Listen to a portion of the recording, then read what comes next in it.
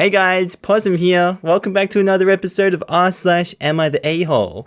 Thanks, Possum. Very cool. Now, if you guys loved that, I want you to subscribe if you haven't already. Just sit back, relax, chuck a prawn on the barbie, and get ready for some bloody good r/AmITheA content.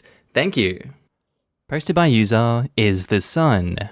Titled, Am I the a-hole for not giving back my cousin's dog after babysitting it? So I, 21 female, have been watching my cousin's, 29 female, puppy for just about 2 months now. My cousin adopted the puppy from the shelter 2-ish months ago. Her name is Delilah. My cousin at the time was living in an apartment complex that didn't allow pets. My cousin was aware of this, but decided to get the dog anyway. Surprise, surprise, she gets in trouble with the building a few days after adopting Delilah. They tell her either the dog leaves or she moves out. My cousin talked to different members of the family and asked if anyone could watch Delilah while she looks for a new place to live. Nobody was able to take in the dog, so I offered to take her because I didn't want the poor thing to go to the shelter. I go pick up Delilah, and my cousin doesn't have any supplies to give me, just what is left of the dog food and her tags. Whatever. I take Delilah to where I'm living and get her settled in. I go to the store and I get her a collar, leash, bed, new food, bowls, toys, etc. I'm spending my own money, but I don't care because I want this puppy to be happy and comfortable. A week passes, and then more weeks pass. My cousin doesn't communicate with me often. I try to check in with her, and she says she's working on finding a place. After several weeks, my cousin said she's found a new apartment to move into. She sends me the info to show me, and it very obviously states that they do not allow pets. What the hell? I point this out to her, and she insists they might change their mind since Delilah is so well behaved. I was the one who had to train her since she was living with me. I don't hear from my cousin for a while again. And here we are now, about 2 months later. I am absolutely best friends with this dog. I love her more than anything. She's a quick learner and an absolute sweetheart. We've been on vet visits, I've been grooming her, spending my own money on everything she needs so I can take very good care of her. My cousin contacted me a few days ago and said she's ready to take Delilah back. She tells me about her living situation and that she's living with her boyfriend and his buddies at their place. To make a long story short, they aren't a good crowd, and I didn't think it was a good idea for Delilah to live there. I told my cousin that I was sorry, but I felt uncomfortable sending Delilah there, and that I have been caring for her and spending all of my own money on her for 2 months, and frankly, I wanted to keep her. My cousin was disgusted with me and called me a lot of swear words which I will not be repeating. She hasn't spoken to me since, but hasn't made any attempt to get Delilah back either. I've been getting messages and calls from other cousins and aunts calling me a thief and saying I'm a horrible person. Am I the a-hole for not returning the dog? Also, I'm not worried about legal trouble, my family wouldn't do that, and let's just say they don't have a good track record with the law. Edit, my cousin has a track record of adopting animals and then sending them back to the shelter or just getting rid of them. I don't know what happens to them. She's been through multiple dogs and cats, and this is why I am uneasy. Also, I would just like to point out that I openly told my cousin I would like to keep the dog. I didn't say anything like, I'm keeping her and I don't care what you say, or anything like that. Then I would say not the a-hole, given that edit. If she can't be trusted with the dog, if she's in a bad household, and if she has a track record of adopting animals and sending them back to the shelter, or just getting rid of them, abandoning them, who knows what happens to them, then don't give her this dog. You absolutely have this dog's life in your hands, and she's shown to be an abuser, to be manipulative, to not care about the lives of these animals, so why should you care about her feelings in this situation? I'm sure she wouldn't like to be abandoned. I'm sure she wouldn't want to go back to the shelter. No, she wouldn't like that. Not the a-hole and keep the dog, screw her. Now in the comments, Mysterious Chicken 552 says, not the a-hole. I've been in your shoes, and not only the girl dumped both her pets on her mum and I ended up taking the old pupper, but she still thinks that's her dog and I'm just permanently babysitting? Either way, a-hole or not, keep the pupper. Best to be in a responsible household. She came to you with nothing and you supplied her with everything. Not the a-hole at all. A person in our friend group gave up their cat to another person in our group to watch for a bit. It's been 5 years. He actually confided in me that he plans to take the cat back when he finally moves out of his friend's place. I'm waiting for the surprise Pikachu when he learns he's never getting that cat back. Technically, you're the a-hole for kidnapping her dog, but you're an a-hole for good reasons. Keep that dog safe. Our next post is by user titled, Am I the a-hole? Husband threw a barbecue party for his friends, I refused to help, and the party was a disaster. Disclaimer, we are all vaccinated. So, my husband likes to invite his friends, note his friends, I am not close with them, for barbecue parties. He prides himself on his barbecue skills. The thing is, I always end up doing everything. He buys and preps the meat, and then grills and serves it, and collects praise for his barbecue skills. I have to buy drinks, get enough dishes, clean up the patio and deck. I'm a non-native speaker, don't know which one to use. I prepare the sides and veggies, I refill the drinks and takeaway dishes. We don't use paper plates or plastic cups since I find it wasteful, so as to keep the main table tidy. It's just non-stop work for me. He just told me last week that he invited his friends for Saturday, so yesterday, and just announced it. Didn't ask me. So I said, well, okay. Do I know anyone? Nope. Those are his workmates, and they won't be bringing their spouses. My husband called it a guy's night. I said, okay then, guy's night. Well, enjoy yourself. I'll be in my craft room working on some of my projects and drinking wine. He said he will handle it. Spoiler alert, he did not handle it. He got the meat all right, but just ignored any other preparation, and I was just so sick and tired of being taken for granted. He never asks me for help, I just do stuff. So, I didn't do anything. The patio was a mess, the upholstery of the garden furniture was all messy from our dogs, the table wasn't wiped down, and there was stuff lying all around. His friends arrived, I welcomed them, and then I excused myself to the craft room. I put some music on, and then I worked. Cue the messages. He started asking for stuff like, where are the plates? We only keep a small set in the kitchen, the rest is in the basement. Where are the cups? Why isn't the beer chilled? Where's the non-alcoholic beer? Did I not buy it? Where are the sides? I just replied that he said he would handle it all himself. Edit. This is also where I feel I might have been the a-hole. It would have taken me just minutes to at least tell him where the stuff is. I checked on the guys a few hours later, and it was a disaster. Table all cluttered, they ordered some takeout as sides, there weren't enough dishes and silverware, and someone had to go drive for drinks. On Sunday, which is today, he was all grumpy and actually told me that he is disappointed that I didn't pull my weight and that I made our family look sloppy and bad. I told him that I'm not his little housewife and that he's a big guy, and if he embarrassed himself in front of his workmates, that's all on him. And that I'm glad that he can at least see a tiny bit of the work that I do around the house. He got upset and went for a run to let off some steam. Oh, and the patio was full of dishes. He didn't even clean the grill. I'm not touching anything. Edit/update, thank you for the comments. This made me realize that I'm at fault as well, for tolerating this for so long. I went out to clear my head. My husband came back from his run and is pointedly not speaking to me, and I'm reconsidering many things in our marriage. Edit/update 2, maybe a similar story was posted before. Apparently more husbands are a-holes. Feel free to post a link to the supposedly identical post that I copied this from. Go ahead. Alright, with that out of the way, I'm gonna go with a not the a-hole judgment. Yeah, sure, OP might usually do all the stuff around the house, while the husband collects praise for his meat and having such a good party, but at the end of the day, this is his fault.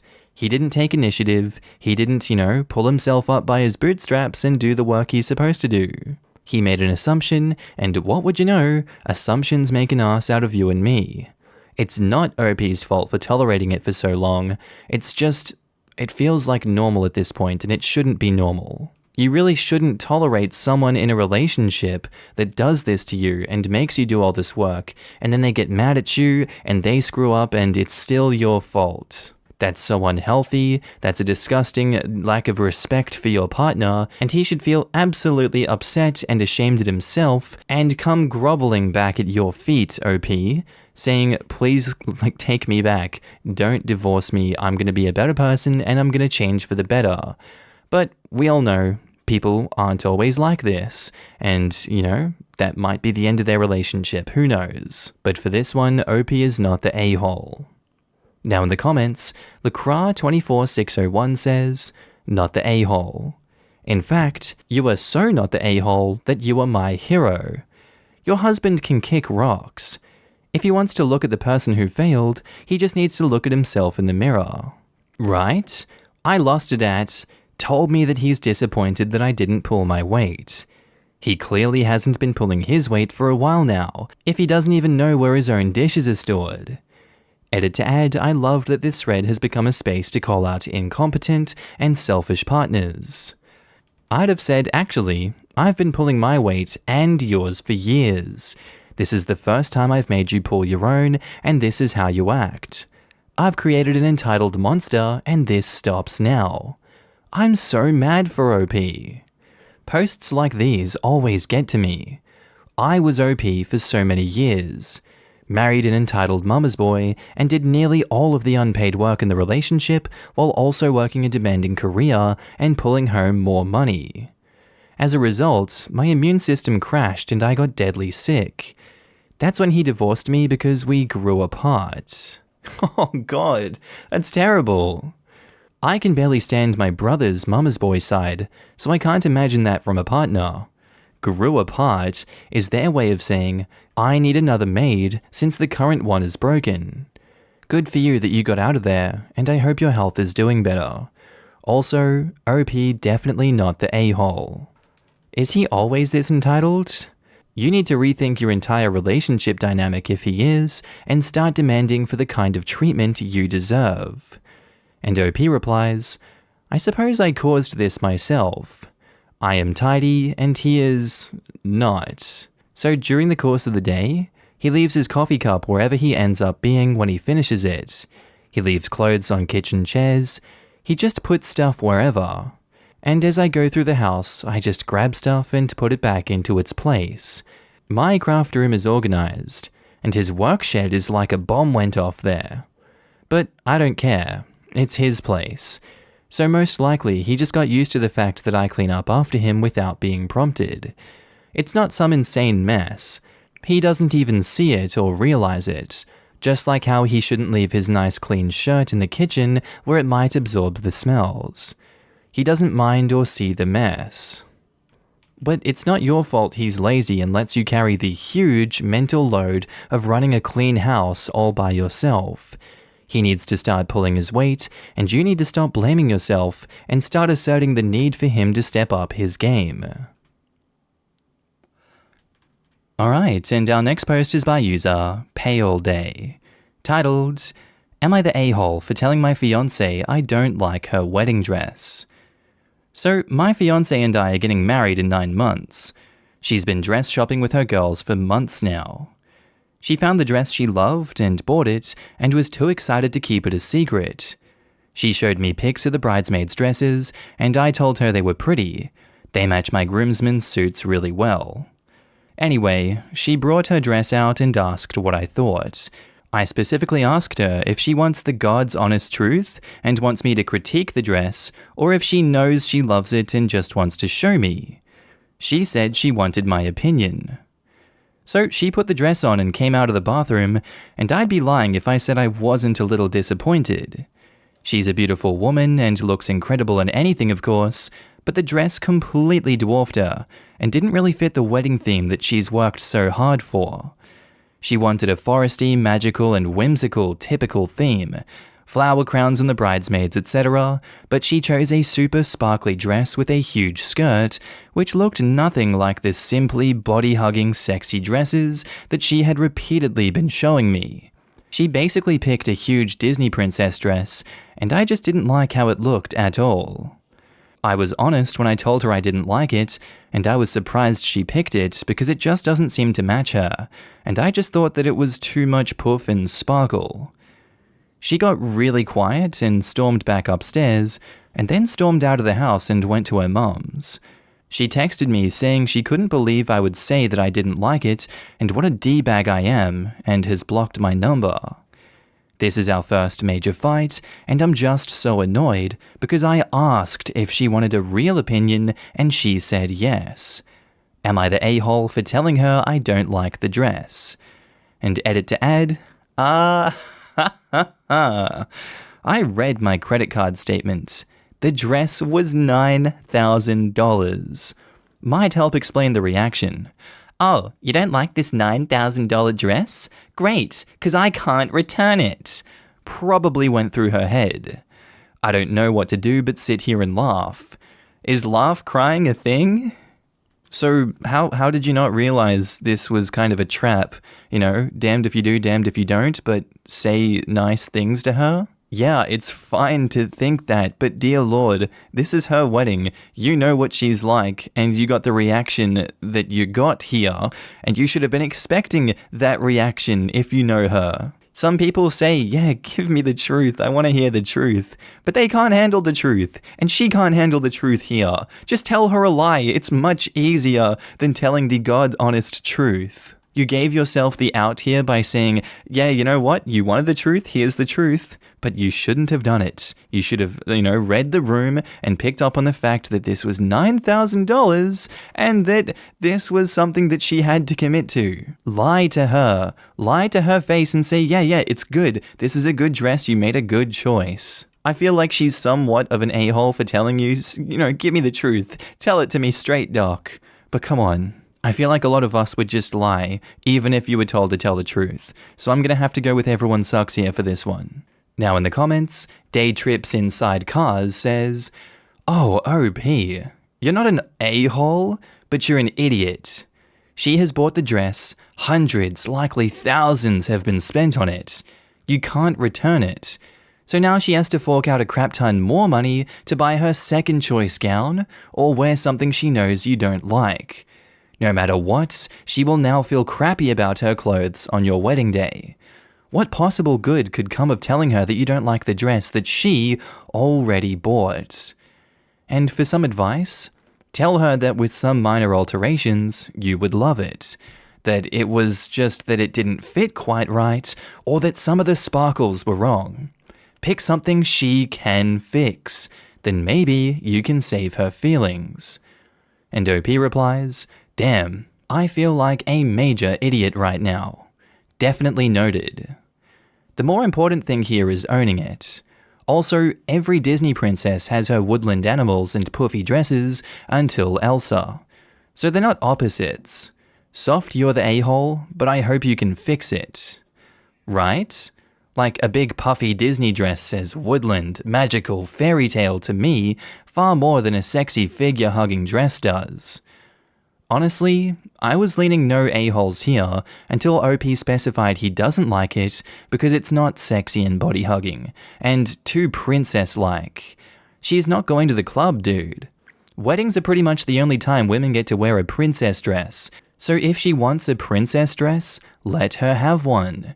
Gentle, you're the a-hole. And OP replies, no, I came across wrong. I was saying every dress she had liked had been very sexy, elegant, and figure-hugging, so I was surprised that she went with a super stereotypical princess puffy. Not that I wanted her dress to be sexy, I don't care about that. And to that, Macaroni Poodle replies, I'd ask her to try it on again because you were just surprised that it was so different from what she had previously shown you. Tell her that now you know what to expect, you can see it with a more open mind. Then when she tries it on again, step back like you're really taking it in and let her know you like it and that your initial response was because you were expecting something different.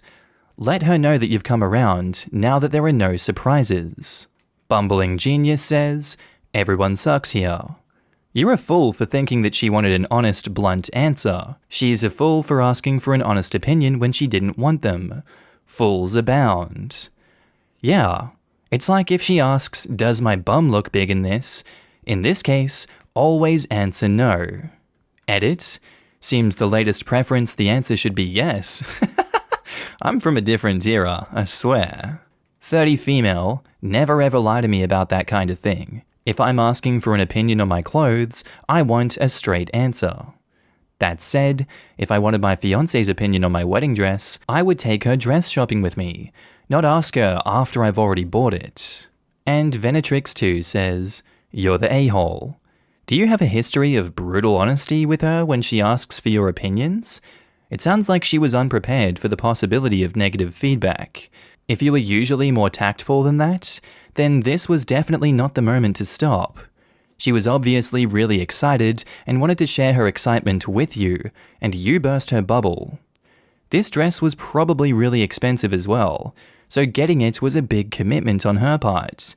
Now, whenever she looks at it, she's going to be thinking about how much you hate it, and if she does end up wearing the thing in your wedding day, because let's face it, at this point the only option is to get another dress, she'll probably be feeling really self-conscious about it. She'll be processing a lot of feelings right now, which is why she's not talking to you. Let her do her processing, and get working on the mother of all apologies, because frankly, you're going to need to do some serious digging to have any hopes of salvaging this situation. And OP replies, damn, this really sucks. I feel like a huge dick right now. I'm definitely not a brutal honesty type of person. I really wasn't trying to be brutally honest, I was really just being genuinely honest. I wasn't mean or anything, or insulting the dress, or calling it ugly or anything. I just told her why I just didn't like it too much, which I now see I shouldn't have done. Oh, no. This is one of the very few situations where you should have lied your ass off. Genuine honesty can be genuinely brutal where these kinds of feelings are involved. You really screwed up here, my dude. If you want some advice about how to phrase the spectacular apology you need to come up with, don't say to her, I should have lied, or I'm sorry I was honest, or anything else that makes it sound like you're apologizing for being honest in general. That'll put her in a position where she'll feel obliged to acknowledge that telling the truth isn't a bad thing in a relationship, regardless of how true that is. In this specific situation, it'll low-key invalidate her feelings.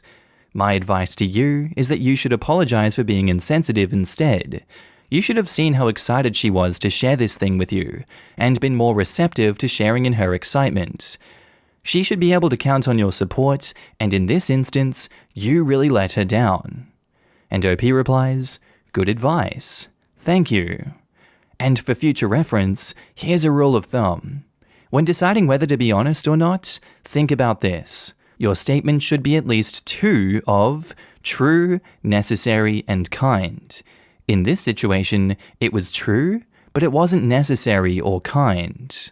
And this is why I love reading the comments so much. How great is that advice? Like, how great is it? It has to be 2 of necessary, true, or kind. I'm genuinely going to keep that in the back of my mind now. I love that advice. If you guys don't want to keep listening to comments, I found another one I really want to read out. Just skip ahead to the next one. Tabasco Rat says, here's the deal. You gave your honest opinion without thinking first. If you had thought, you would know that your fiancé presumably spent a lot of time and money getting her dream dress. She felt beautiful when she looked in the mirror, and you took that away from her. She likely tried on the kind of simple dresses that you were expecting and decided they weren't right for her. There are also better ways to give some negative and honest critiques. Here is a potential formula. 1. Start with a positive. Wow, you look beautiful. I love the any quality of the dress you like, full stop. 2. Explain your thought process. This is a surprise. I was expecting something like the pictures you've been using as a reference. 3. Get her thoughts before you go forward. What made you change your mind? Why do you love this dress? 4. Listen to her explain what she likes about the dress. Did she want to feel like a princess for the day? Does she like any specific parts of the dress? Like the neckline, fabric, buttons, whatever. Affirm her opinions and figure out what common ground you have.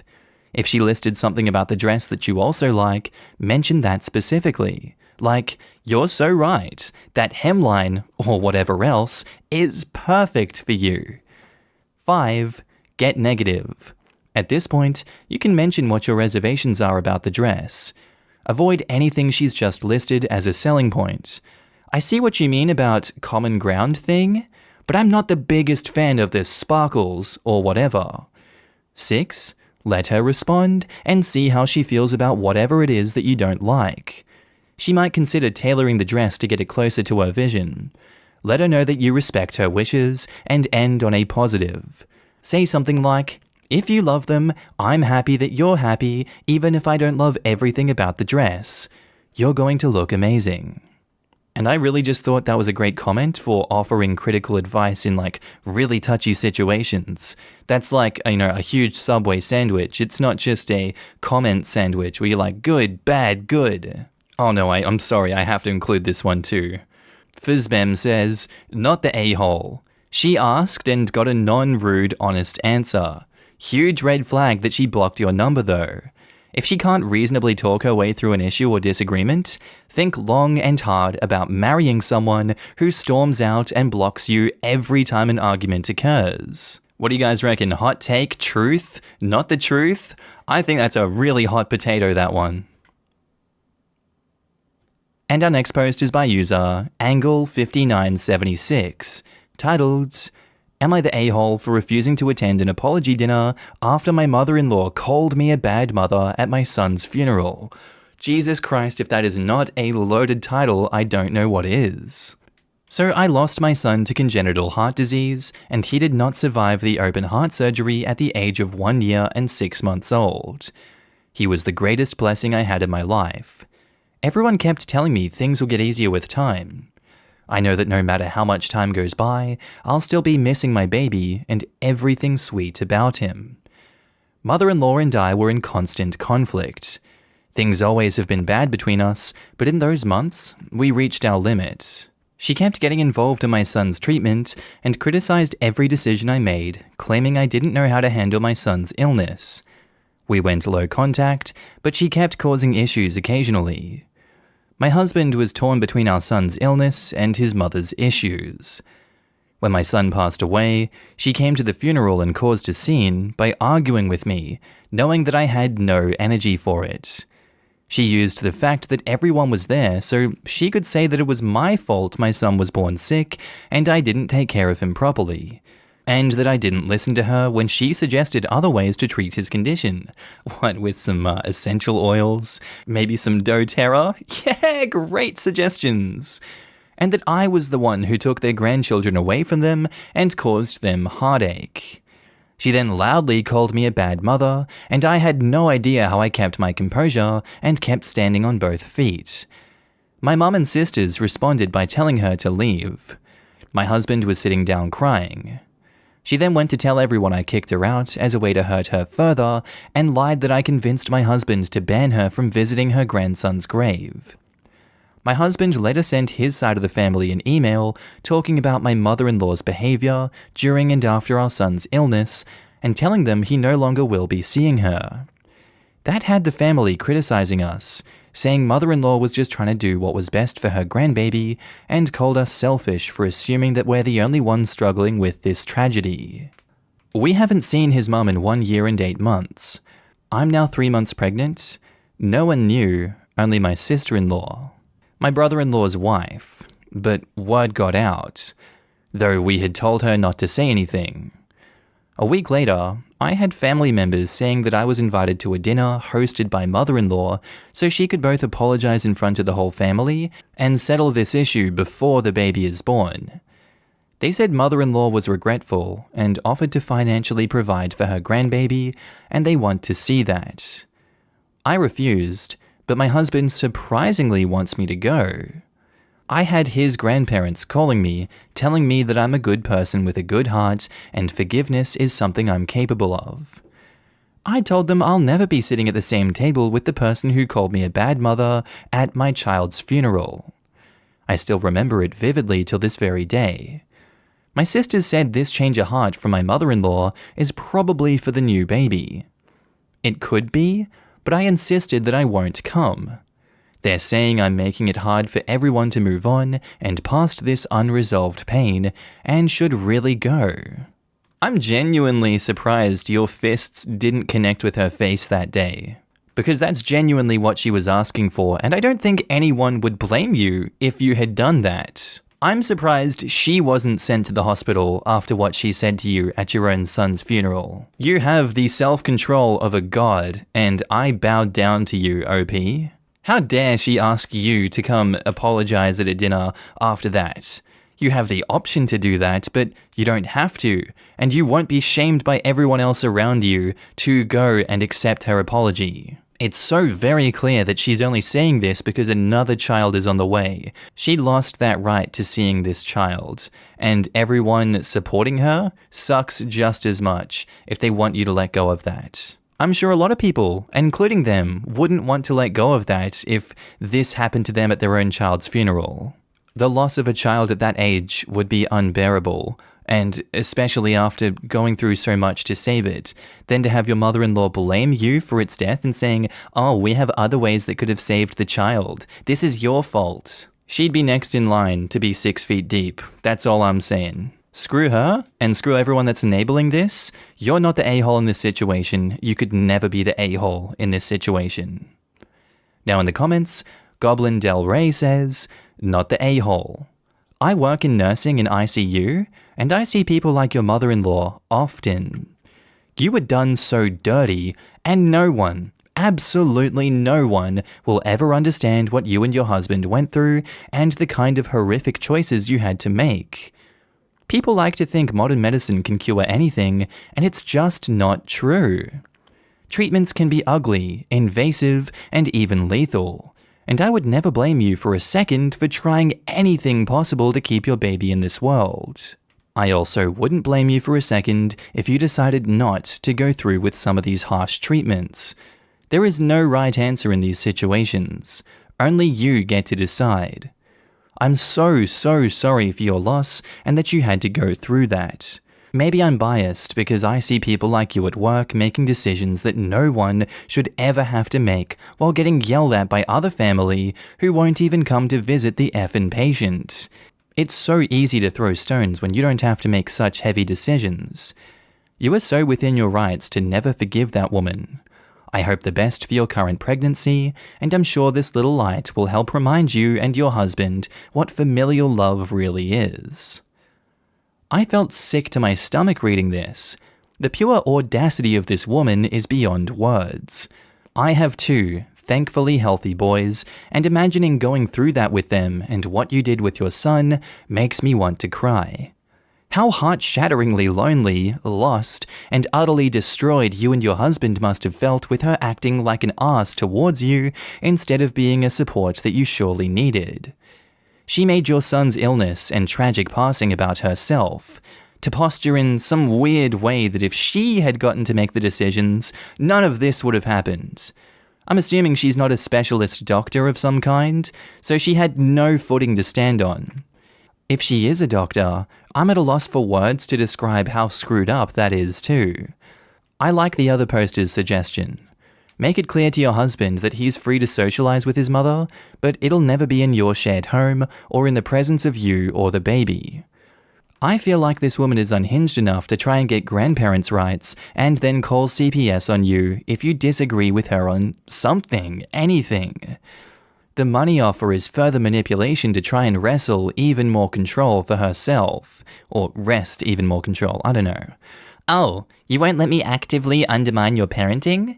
No. No more money then." It just sounds horrible. I'm so sorry for OP. I can't begin to imagine. Mother-in-law is a textbook narcissist. She's staging this fake public apology, and the flying monkeys have been unleashed. If OP plays along, mother-in-law will redirect the pregnancy attention onto herself. If OP doesn't, mother-in-law will bemoan her suffering to anyone who will listen. You can't win with a narcissist. All you can do is refuse to play and let them find someone else to torment. It's crazy strategic if you know what to look for, and it's always formulaic. 1. Love bomb.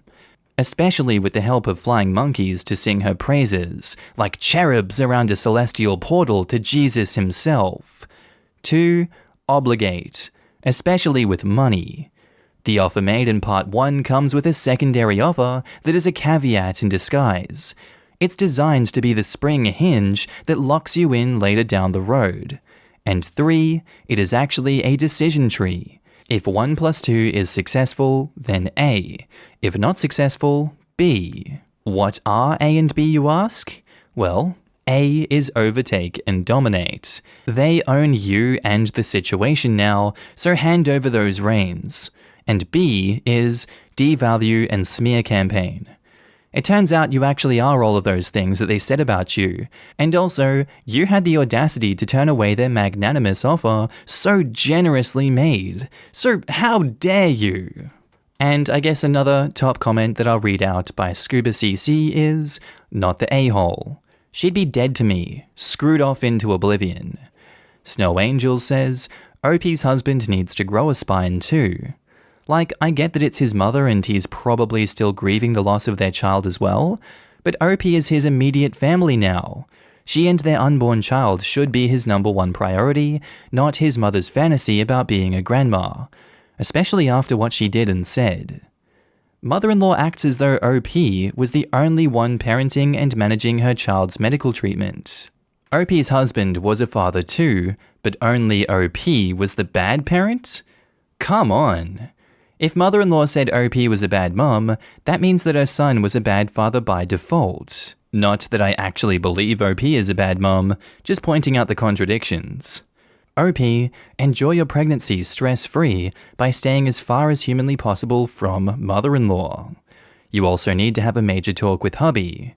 I would disown my own mother if she said that to me and or my partner. And edit, everyone is taking my saying grow a spine to mean that OP's husband has to man up and or become robotic. Stop putting words in my mouth. It's a common phrase. I'm not trying to push a sexist agenda onto OP's husband. I'm just stating that he needs to come to terms with his mother's toxicity and go no contact for he and his wife's, OP's, sakes. He has every right to grieve. I'm not trying to undermine how hard it is to be raised by a narcissistic parent either. It is in no way easy. But he's been no contact for over a year now, but wants to regress progress already made?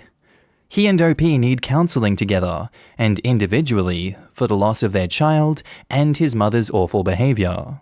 Sorry for not clearing that up sooner. My words were taken out of context. Super long episode today, guys. My apologies. I just absolutely love reading the comments because they're just a lot better than the posts sometimes. Like, you get these great, long, thought-out posts that give me such good life advice, and I just love listening to it. And I know a lot of you guys in the comments love it. I just wonder how many people watching the videos and don't comment have a different opinion on these things. So I just try to gauge that by going more comments or less comments and seeing how the video does. But it makes me happy reading the comments, so I just love doing it, so I'm going to keep doing it. Hope you guys loved this one today. Let's see what outro Markee is up to.